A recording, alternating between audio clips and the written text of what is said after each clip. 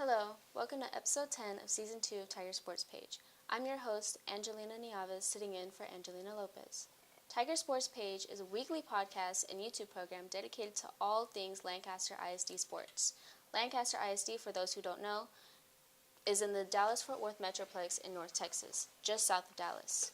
Lancaster High School, most of what we cover here on this podcast, is a member of the Texas Inter-University Interscholastic League and plays at the 6A division, which is the division with the largest schools and the biggest populations. We cover all of that. Now on to today's program. We're joined today by head wrestling coach Jerry Sands. How are you? I'm great. How about yourself? Good. So now we're going to start off this week's segment with a quick 1-minute autobiography from you. Okay, well, thank you guys for having me today on your show. I think you guys are doing wonderful things. Once again, I'm a Dallas native. I come from Dallas, Texas, born and raised. Ended up going to college in Arkansas on a football scholarship. I've coached on the college level for 7 years. Been on high school level for the rest of my career. Coached high school football. Been head coach high school football. Been coordinator and head boys, girls wrestling coach. Just on the quick. We won championships and all of them. Sounds good. So now that we've talked that out, let's talk about wrestling. We just spent a lot of time talking about being in 6A and with the big schools in the state. And now we're talking about wrestling, which doesn't follow that sort of districting. How are athletes in wrestling, for lack of a better term, sorted for competition? How they sorted for competition? Obviously, we're moving up to 6A. But one thing about our kids at Lancaster, we have that Weibo pride. And with that comes just a state of pride in what we do. So it doesn't matter that we're competing against larger schools. They may have 2 and 3 middle schools to our 1 middle school. They may have wrestling at their 9th grade center or middle school wrestling.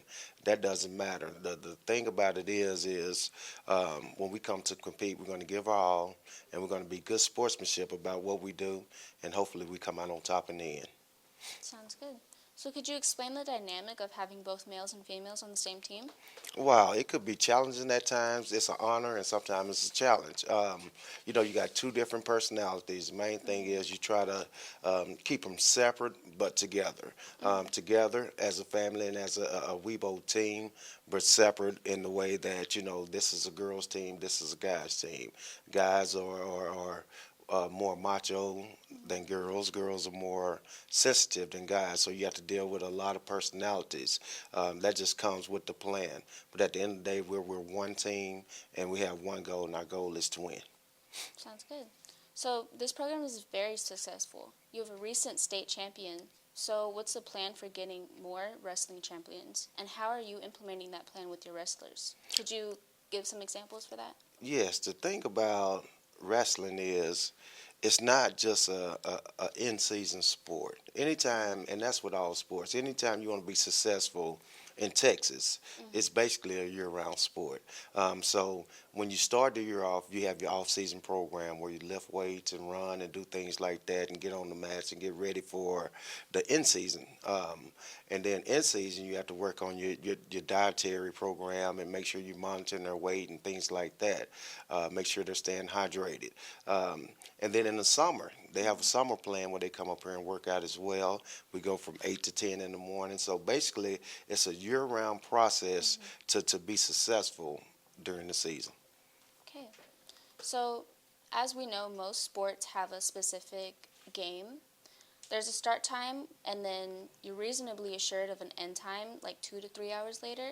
That's not how wrestling works. There's a lot of waiting and downtime. So how do you, as coach, keep your athletes focused on their matches when they have an hour or so of just waiting?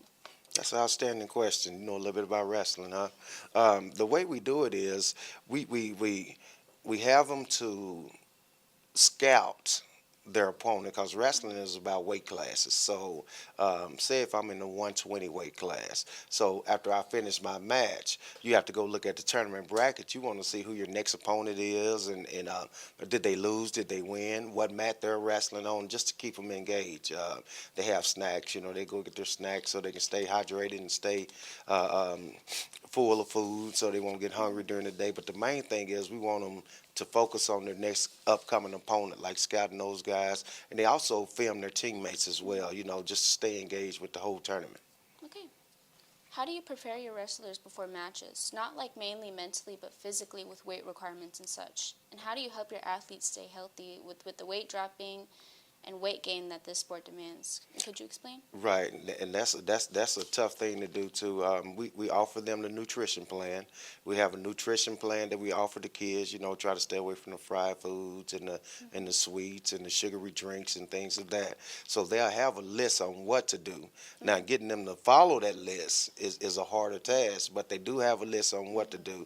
And also, we do a lot of conditioning in our sport. So with wrestling, it's tough with those 2-minute rounds. So you'll get a lot of conditioning in practice to maintain your weight. So early in the season, we try not to get them to drop weight. We just, whatever weight you are, you're going to wrestle at that class. But as we get closer to district and they know what it's about, then they can start, maintaining their diets and things like that to get in that specific weight class that they want to compete in.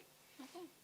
So what expectations does the district have for you, and what expectations do you have for your players, and how will you meet those? The first thing is we're representing Lancaster ISD.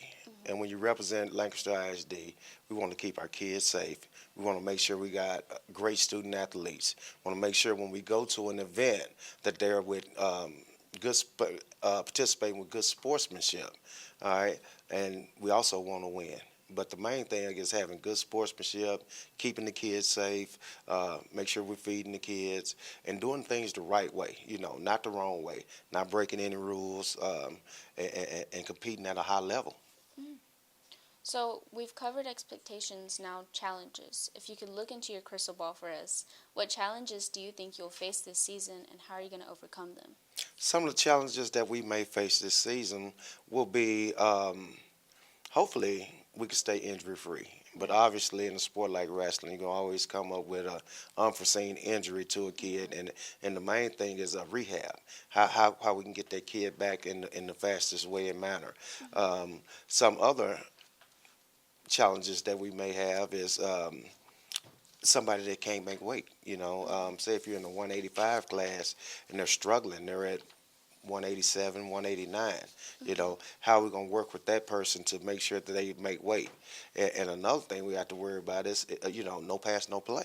We got to make sure our kids are eligible. So we can't see that in the future, so we got to make sure we're doing grade checks and things like that to make sure that all our athletes are eligible. Okay. Thank you so much, Coach Sands. Have I forgotten to ask you anything, or do you have anything to add? Hey, this is a nice thing that you guys are doing. It's a real nice setup, and you're doing great things for Lancaster ISD. Thank you. Thank you. So thank you to our viewers for tuning into this week. Come back next week as we interview our athletic director, Kendrick Brown, and our assistant athletic director, Christy Gaines. Those of you listening in the podcast on your favorite podcast app, either Apple Podcasts or iHeart or Spotify, please like and rate us. That will allow us to appear higher in the rankings and gain more listeners.